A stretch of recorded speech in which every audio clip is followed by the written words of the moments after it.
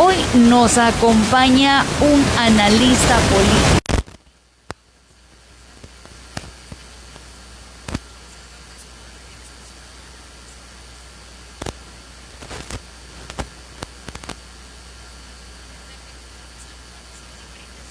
En territorio salvadoreño, sabemos que ayer teníamos una sesión plenaria con mucha actividad dentro de las...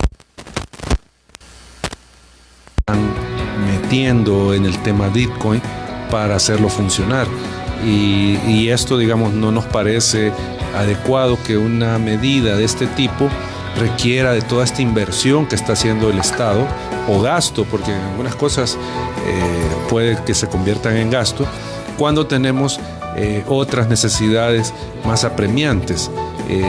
Entonces, en esa medida, la Asamblea Legislativa lo que está haciendo es incrementando el nivel de deuda del país, en este caso redirigiendo fondos que podrían utilizarse para otras finalidades, para este tema Bitcoin que ya se ha discutido cuánto es el beneficio real que puede tener para la gente. Ya vimos la inconformidad de las personas en diferentes estudios de opinión que no están de acuerdo con esta medida, aunque el gobierno diga de que es de beneficio y que no es obligatoria, pero el punto es que tenemos otras necesidades y el gobierno y la Asamblea Legislativa se han empecinado en este tema del Bitcoin, que como digo, no tenemos de ninguna manera certeza de si va a tener efectos positivos para la población. Eduardo, también dentro de la sesión plenaria se aprobaron, por ejemplo, la disminución de $50 millones a educación, salud y el Ministerio de Obras Públicas, esto destinado al tema de la seguridad para también poder poner en marcha la fase número 4 del Plan Control Territorial. Me gustaría conocer su opinión, aunque sé igual que tiene que ver con temas económicos, porque tiene que ver con ese movimiento interpartidario que se está haciendo últimamente. Bueno, según lo que escuché, y no sé si confundo temas, pero supuestamente habían algunos ahorros de los diferentes ministerios que se iban a redirigir a este tema de seguridad. Pero ahí también, de nuevo, creo yo que hay que analizar si no era posible que se reutilizaran en los mismos ministerios para otras necesidades estos fondos. O sea, pero eso, digamos, es una evaluación que el gobierno debía hacer de forma seria, porque también pueda que esté ante la publicación del Faro del tema de las pandillas, pueda que el gobierno esté también queriendo lavarse la cara y decirle a la ciudadanía, no, mire, si estamos en realidad invirtiendo en el tema de seguridad y aquí hay una muestra más de que la prioridad es la seguridad y que no hay ninguna conversación con pandillas. O sea, a eso puede responder y por eso yo decía, un análisis serio de si esos ahorros, que también habría que entrar a un debate, ¿verdad? Si el gobierno dice que no tiene fondos, ¿cómo hay ahorros? O sea, uno podría cuestionar. Dijeron que era por las compras de algunos equipos, creo yo, que se habían ahorrado. Pues sí, pero eso reinviértalo en los diferentes ministerios. Pero igual, el punto es que aquí lo que parece es que no hay un análisis serio del gobierno de qué hacer, digamos, con estos, entre comillas, excedentes que dice que tuvo en los diferentes ministerios. Veamos otro tema que se aprobó dentro de la Asamblea Legislativa, y esto tiene que ver de pronto con el tema de la ley de la carrera judicial y a la ley orgánica de la Fiscalía General de la República, que permite también el tema de la depuración de los jueces, magistrados y fiscales cuando lleguen a cumplir cierta edad. Se ha cuestionado mucho acerca de una nueva violación a la independencia judicial y quisiéramos conocer su opinión. Yo creo que de lo aprobado ayer por la Asamblea Legislativa, ese tema de la independencia judicial es, digamos, de lo más grave. Y esta es una continuación del golpe de Estado del 1 de mayo por parte de la Asamblea Legislativa y el presidente de la República.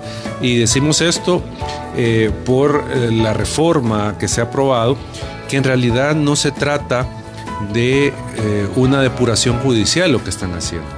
Simplemente lo que están haciendo es generando condiciones para que desde el gobierno, desde la Corte Suprema de Justicia, se pueda manipular a los jueces de la República para que resuelvan en determinado sentido. Eso es lo que están haciendo. ¿Y cómo lo hacen? Bueno, en primer lugar, lo hacen con el tema de los traslados. Ahí dice, si hay necesidad se va a trasladar. O sea, esos son términos tan ambiguos, tan abiertos, que simplemente cuando hay un juez que pueda estar resolviendo y que no le gusta al gobierno lo que resuelve, pues se puede mover simplemente sin el debido proceso, sino que simplemente se traslada sin fundamentar las razones del traslado, argumentando necesidad. Entonces se abre el espacio para que se intimide a los jueces, sabiendo que si resuelven de determinada forma, pueden ser trasladados, ¿ya? Entonces el punto es que sin duda los jueces de la República deben de resolver todo conforme a derecho, conforme a la ley. Sabemos que eso no siempre se hace, no siempre pasa, pero ellos no deben de tener una presión externa para el momento en que ellos van a resolver, porque esto al final termina significando que la independencia de criterio, el conocimiento que pueda tener no es aplicado, sino que hay una voluntad política que lo obliga a resolver de esta manera. Y alguien podría decir, pero ¿y qué nos importa a nosotros los ciudadanos? Precisamente ese es el problema. Ese es el problema. Voy a poner un caso. Imaginémonos un tema medioambiental. Se va a construir algo que va a afectar a comunidades que está promoviendo el gobierno. Y si estas comunidades denuncian, demandan, utilizan el órgano judicial y hay una resolución de un juez ambiental donde se establezca que hay una vulneración y que se debe de detener ese proyecto porque afecta el ecosistema, afecta a las comunidades, ¿qué creen que va a pasar si ese proyecto es un proyecto insignia del gobierno o apoyado por el gobierno? El juez lo pueden trasladar fácilmente, van a trasladarlo para que no resuelva o no siga resolviendo afectando al gobierno. Entonces, ¿quiénes son los afectados al final? No va a ser el juez, en realidad, porque lo tienen que trasladar a un cargo de igual jerarquía, sino que va a ser la sociedad, las personas, las comunidades que van a sufrir porque los jueces van a estar intimidados y van a estar resolviendo a lo que quiera el gobierno, a lo que quiera la Asamblea Legislativa, y eso no debe de ser así. Entonces ahí, insisto, hay un grave problema con lo que han hecho. Y lo otro, el tema del criterio de la edad. Un juez de 60 años en automático debe de separarse del cargo judicial. Cuando nosotros comenzamos a ver, por ejemplo, en otros países, que sus cargos en tribunales son vitalicios, por ejemplo. Sí. Y las personas que, digamos, por regla general, un juez que pueda tener más tiempo ejerciendo, más edad, tiene también una posibilidad mayor de tener un mejor criterio para resolver. ¿Ya? O sea, ¿qué quiero decir? Lo que hizo la Asamblea allá, decirle a las personas de 60 años, ustedes no sirven. Eso fue lo que hizo. Eso fue lo que hicieron. Porque de 60 ya no puede ser del órgano judicial. ¿Bajo qué criterios? Simplemente el tema de la edad. Asumiendo que una persona de esa edad ya no es competente para desempeñarse en el cargo. O sea, lo que tendría que haber pasado es que se establezcan verdaderos procedimientos de depuración judicial, pero eso lo tendría que promover la misma Corte Suprema de Justicia y bajo otros criterios que tienen que ver con el debido proceso, el derecho de defensa y audiencia. Porque ¿qué es lo que está pasando? Entra en vigencia ese decreto, todo servidor judicial mayor de 60 va para afuera. Entonces ahí se le viola el derecho a la igualdad, porque hay una discriminación sin sustento, porque solo es por la edad que se le está quitando, no porque se haya estudiado un caso y se le haya determinado responsabilidad. O sea, porque eso podríamos decir, bueno, todas las personas mayores de 60 son corruptos o incompetentes, todas las personas abajo de 60 son probas, son competentes. Podríamos llegar a ese tipo de análisis, porque ese es el que parece al que llegaron en la Asamblea Legislativa, al asumir que un juez menor de 60 no es corrupto no es incompetente. Y todos los arriba de 60 sí lo son. Entonces, hay una grave afrenta a, digamos, ese espacio que no sabíamos estaba, pero ese espacio todavía de poder controlar el poder, que eran los jueces de la República. Eduardo, y de hecho también se hace una reforma similar a la primera, que es la reforma a la ley de la Fiscalía General de la República, y estaría facultando al fiscal general a hacer los traslados temporales o permanentes por razones justificadas de conveniencia al servicio o por complejidad y especialidad de los asuntos que traten de una determinada unidad. Pero vamos a hacer una pausa y al regresar hacemos el análisis también paulatino que se desprende de esta reforma que se hizo ayer dentro de la Asamblea Legislativa. Llegamos a las 7 de la mañana con 21 minutos, 7 de la mañana con 21. Continuamos conversando con Eduardo Escobar de Acción Ciudadana, con quien estamos conversando diferentes temas de coyuntura nacional y estábamos hablando acerca de algunas de las reformas hechas el día de ayer por la Asamblea Legislativa. Y pues, antes de irnos a la pausa, hablábamos en específico a esta reforma que amplía las facultades de la Corte de hacer traslados y obliga pues a algunos magistrados de Cámara, jueces o de primera instancia que tengan 60 años o más a cesar del puesto. Pero lo mismo o una reforma similar se hizo a la ley de la Fiscalía General de la República.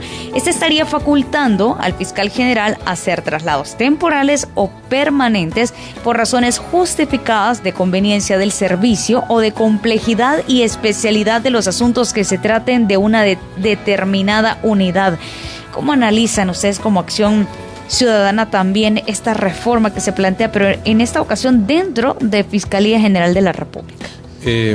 Yo creo que aplica exactamente lo mismo, el mismo criterio de lo que habíamos mencionado hace un momento, que creo que está vinculado al final con el tema de que sí, nosotros creemos que es necesario que se depure el órgano judicial, que se depure la Fiscalía, que se separen a los malos elementos dentro de ambos órganos de Estado. O sea, eso como organización pues sin duda estamos de acuerdo que se haga, pero no de esta forma, no así, no dejándole total discrecionalidad al fiscal, total discrecionalidad a la Corte Suprema de Justicia para remover a un fiscal o a un juez bajo el entendido o el argumento de que por necesidad o complejidad se tiene que hacer ese cambio.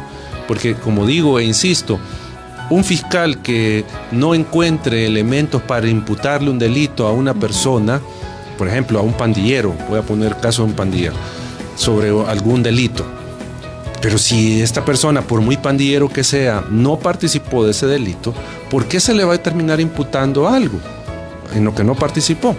Estoy poniendo un ejemplo, ¿verdad? Pero si este fiscal se rehúsa a acusar a esta persona, a proseguir la investigación contra esta persona cuando ya determinó que no hay el cometimiento de delito, pues ahí perfectamente el fiscal, o este fiscal va a tener dos alternativas. Una, someterse a la posibilidad de que lo trasladen, que eso es lo que va a pasar, que el fiscal general lo traslade, o dos, sumarse al juego e imputarle un delito a una persona donde él sabe que no tiene responsabilidad. Eso es lo que va a pasar. Entonces, el punto es que depuración judicial y fiscal, sí, pero no así, no de esta manera. Les están violando el debido proceso a todos estos funcionarios. O sea, digamos, a los que tienen más de 60 años, no hay un debido proceso donde se evalúe si es competente, si es probo, si hay motivos suficientes para retirarlo del cargo porque es una persona corrupta. No hay nada de eso, sino que simplemente a partir de la edad, fuera. Igual con los fiscales. Y en el tema de los traslados, insisto, están dejando un margen para que a discreción el fiscal quite a quien le pueda ser incómodo, a quien no esté de acuerdo con la visión del fiscal, por ejemplo, o la visión de la Corte Suprema de Justicia, cuando se tenga que resolver algo.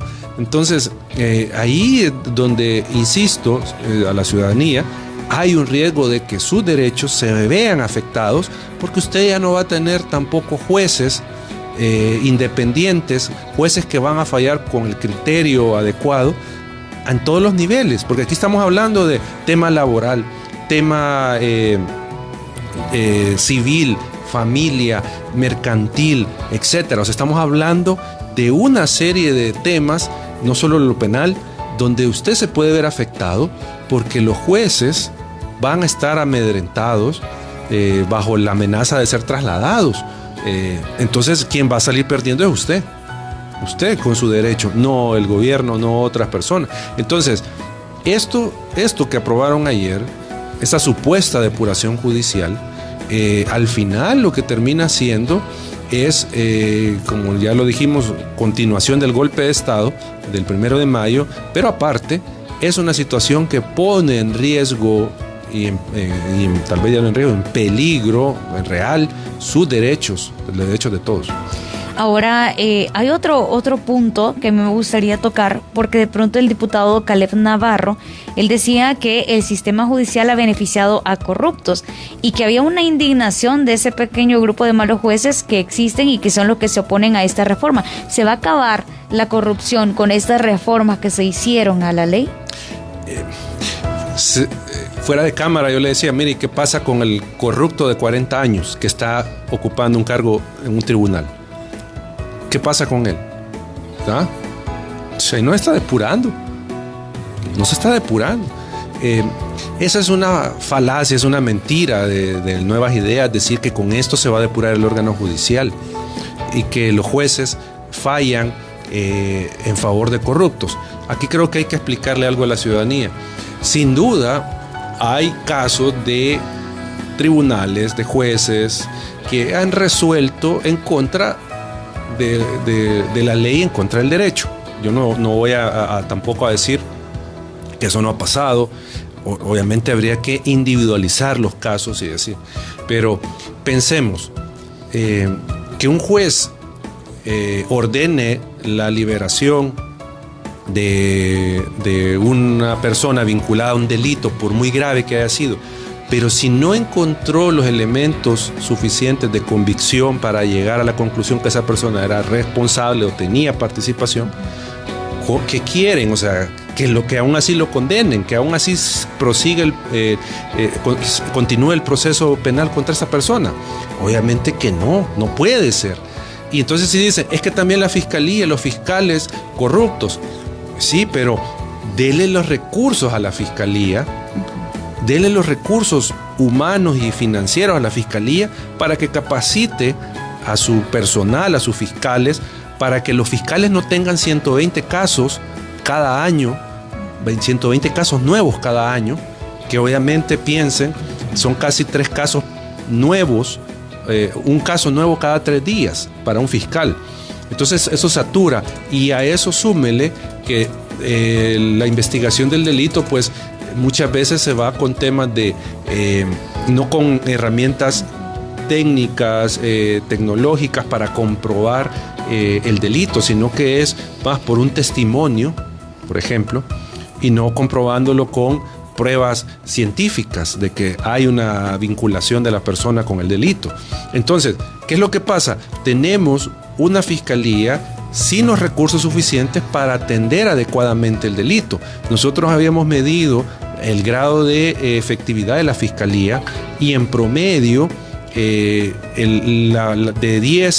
100 procesos, 100 delitos, ya la fiscalía lograba judicializar y obtener condenas en el 15%.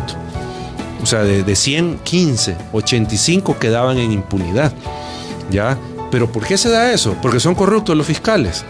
No necesariamente. No digo que más de alguno de esos casos tiene que ver con corrupción, pero no, es la falta de capacidad de la fiscalía. Entonces, en lugar de estar aprobando este tipo de reformas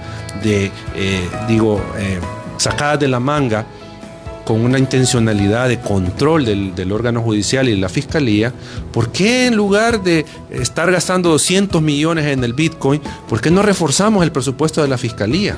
¿Por qué no le damos esa capacidad a la fiscalía para que efectivamente investigue el delito?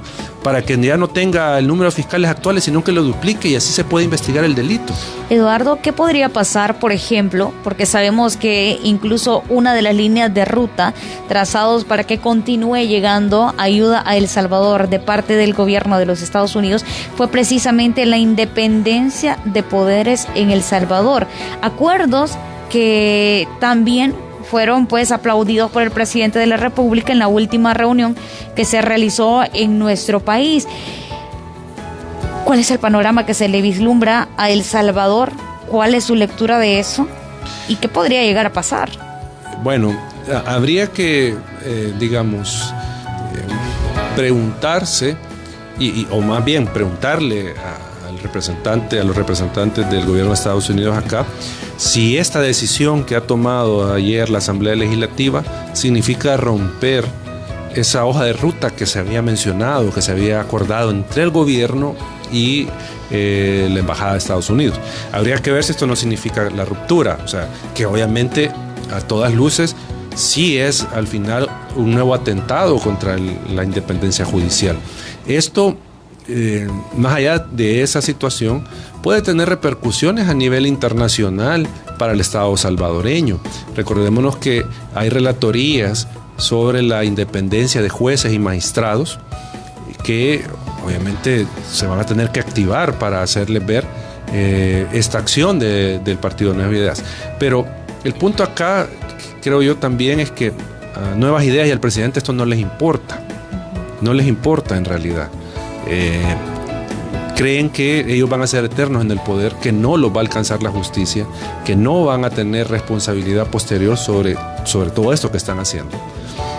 Y por lo tanto, no les importa.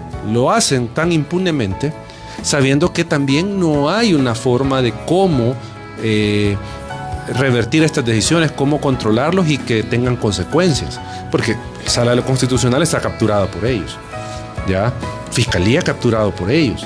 Entonces, ¿a dónde se puede acudir para revertir esta decisión que la han tratado de maquillar como de beneficio para la gente, pero en realidad esto no va a tener ningún beneficio para la gente?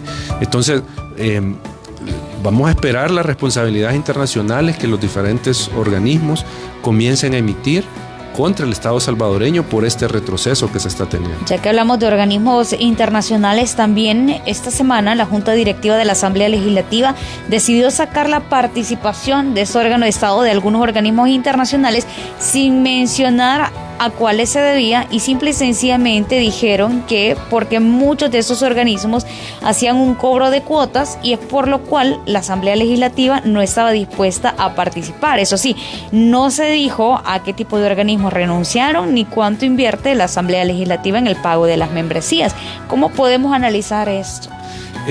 Bueno, en primer lugar, si no he entendido mal las declaraciones y este tema, no es que el Estado salvadoreño salga de los espacios de la comunidad internacional, como de la OEA, Naciones Unidas o algo por el estilo. No es ese el caso, sino que es la Asamblea. De la Asamblea. La Asamblea, si participaba en...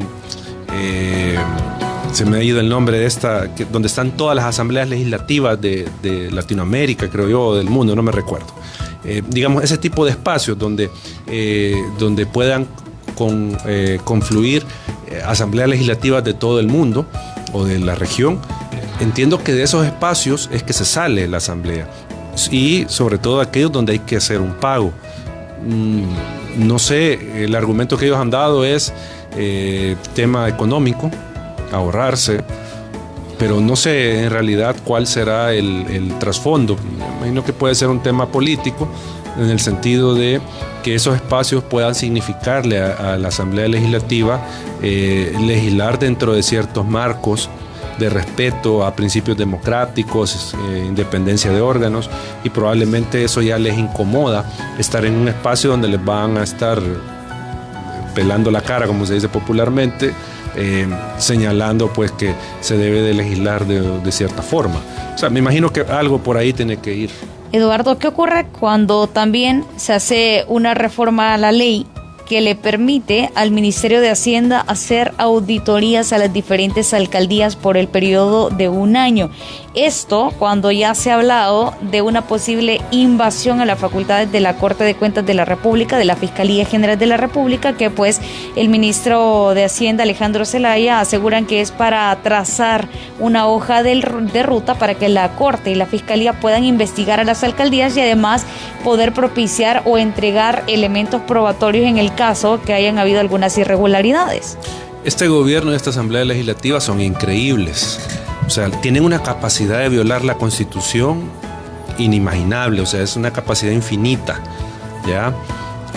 Y digo esto a la ciudadanía porque ustedes dejaron de votar por los otros partidos porque al final no cumplían con lo que les prometían, violaban la ley, la Constitución. Por todo eso ustedes dejaron de votar por los otros partidos y les quitaron el poder y se lo dieron a Nuevas Ideas. Pero sepan que ahora Nuevas Ideas está haciendo exactamente lo mismo o incluso está llegando más allá, está haciendo peor que el resto de partidos que tuvieron el control legislativo. Digo esto porque por Constitución, ¿a quién le corresponde la fiscalización de la hacienda pública? Y aquí hablando también del tema de fiscalizar a las municipalidades, es a la Corte de Cuentas de la República.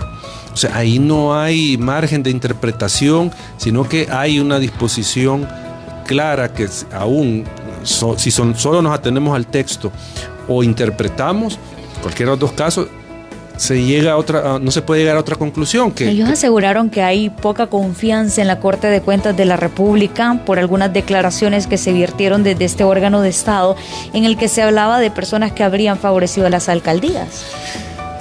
Es que el problema que hay es que recordemos que la Corte de Cuentas encontró varios reparos en la pandemia. ¿Ah? Eso es lo que no le gusta a Nuevas Ideas y al presidente, que la Corte le señaló irregularidades en el manejo de los fondos en la pandemia. Y con esto no quiero decir que tampoco quiero decir que la Corte de Cuentas ha sido efectivísima fiscalizando, no, tampoco quiero decir eso. Pero el punto es, y esto es básico, respetar la competencia de cada órgano. O sea, no le compete al Ministerio de Hacienda hacer eso. No les compete. O sea, el Ministerio de Hacienda no puede entrar a fiscalizar los fondos públicos. Eso es de la Corte de Cuentas. Ahora, que si dicen, es que no hay confianza en la Corte de Cuentas, pues bueno, métale presión al gobierno. Métale presión para que hagan, conforme a la ley, su labor de fiscalización. Eso es lo que tiene que hacer el gobierno, ¿ya? Y si al final no se hace por proteger políticamente a funcionarios, pues bueno, vean si al final, con el debido proceso, hay mérito y se cumplen los requisitos para separar del cargo a algún magistrado o magistrada. O sea, ya no estoy diciendo vayan y quítenlos ahorita como hicieron con la Sala de lo Constitucional y con el fiscal. No estoy diciendo eso. Lo que estoy diciendo es, tiene que haber presión política y llevar a la opinión pública que presione a la Corte de Cuentas para que audite de forma transparente, pública y adecuada los fondos de las alcaldías. Eso lo puede hacer el gobierno y tiene el poder para hacerlo, ¿ya? Pero no venir y, bueno, no me dan fe, entonces yo lo voy a hacer. Porque entonces el día de mañana, se les va a ocurrir de que porque el órgano judicial es muy lento, quien va a dictar justicia va a ser el presidente, va a ser el director de la policía. Se les puede ocurrir eso. Que sea el director de la policía el que diga, no, esta persona es culpable, 10 años de cárcel. O sea, vamos a llegar hasta ese punto, o sea, en esta lógica que ellos están llevando, que no se van a respetar las competencias de los órganos, de los funcionarios, o sea, que cada quien va a querer hacer todo.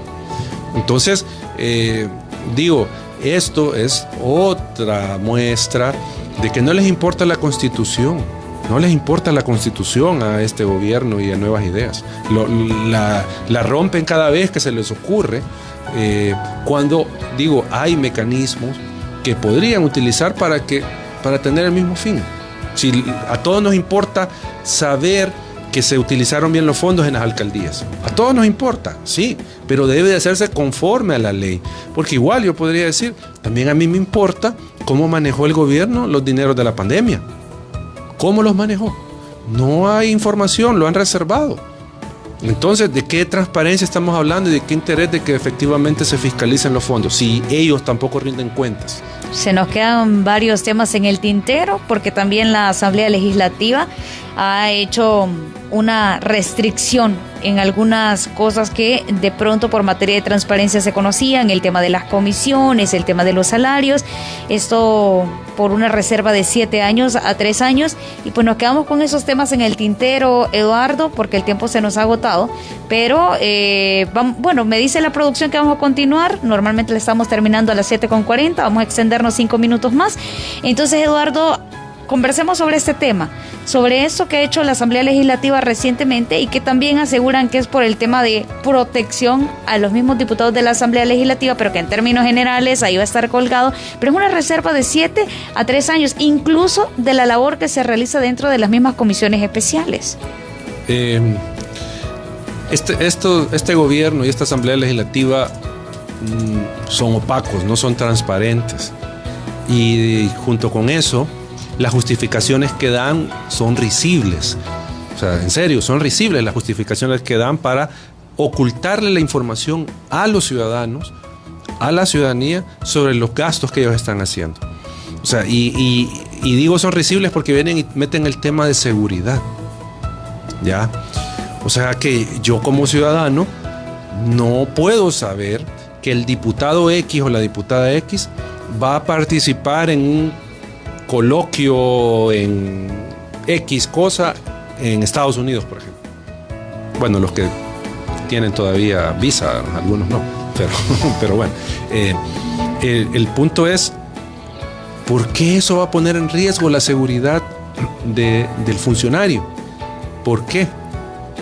O sea, ahí es donde uno dice, ¿a qué está jugando el gobierno? ¿A qué está jugando la Asamblea Legislativa? Porque eso va a poner en riesgo la seguridad de este funcionario. Si se está pagando con fondos públicos, todo lo que se paga con fondos públicos debe de ser público, precisamente. Debemos de conocer eso. Obviamente, y aquí creo yo un punto que decir, por la opinión pública que fue desfavorable a esto, según lo último que supe, modificaron el plazo de la reserva. 30 días después. Después lo quitaron porque no eran los 7 años que originalmente habían 30 días después de realizada la acción se va a poner la reserva. Ahí hay un problema. Yo creo que deberían de permitir el acceso a la información previo al viaje, porque entonces el ciudadano puede decir, mire, pero ¿y por qué va al Festival del Elote?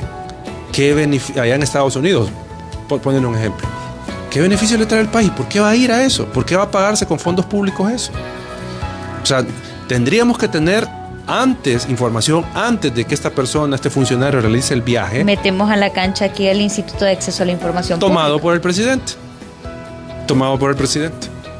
¿Ya? Entonces no nos sirve. No nos sirve ir al instituto y decirle, mire, ¿ya? Entonces ahí es cuando la gente comienza a ver el problema que tenemos. Porque imaginémonos, estos funcionarios van a hacer turismo legislativo, van a ir al Festival del Elote, al festival, no sé, a cualquier cosa. Pero no vamos a saber, porque como lo van a reservar hasta cuando ya se dé el viaje, se va a conocer esta información. Entonces, si nosotros queremos ir al instituto, mire, queremos conocer esto y nos negaron la información, nos van a decir que no, el instituto, porque es del gobierno, no va a poner en evidencia al gobierno.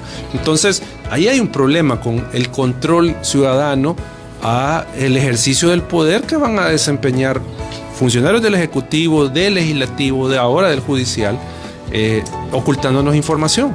Entonces yo digo, ciudadanía que escucha, ¿en qué le beneficia que oculten esa información? ¿En qué le beneficia? No hay un beneficio para usted. Al contrario, están ocultando de que se fueron de viaje al Festival del Maíz y que eso no va a tener ningún beneficio para la ciudadanía. ¿ya? O que se fueron con el asistente, con la amiga, con la vecina, todos esos iban en el viaje, pagados con fondos públicos, cuando solo tendría que haber ido, en todo caso, el funcionario, por ejemplo. Entonces, ¿de qué uso adecuado de los fondos públicos estamos hablando de este gobierno y de la Asamblea? Si ellos están ocultando información. O sea, eso creo que la gente tiene que reflexionarlo. Tiene que estar clara de que se está ocultando información que no es del gobierno, sino que es información de todos nosotros. Llegamos a las 7 de la mañana con 45 y hoy sí se nos ha agotado el tiempo. Eduardo, le agradecemos por haber conversado con nosotros de estos temas y pues esperamos tenerlo más seguido aquí en Sonora. No, gracias y siempre a las órdenes. Gracias, Eduardo. Esta mañana hemos conversado con Eduardo Escobar de Acción Ciudadana. Llegamos a las 7 de la mañana con 45. Tenemos que irnos a la pausa. No nos cambie, ya regresamos.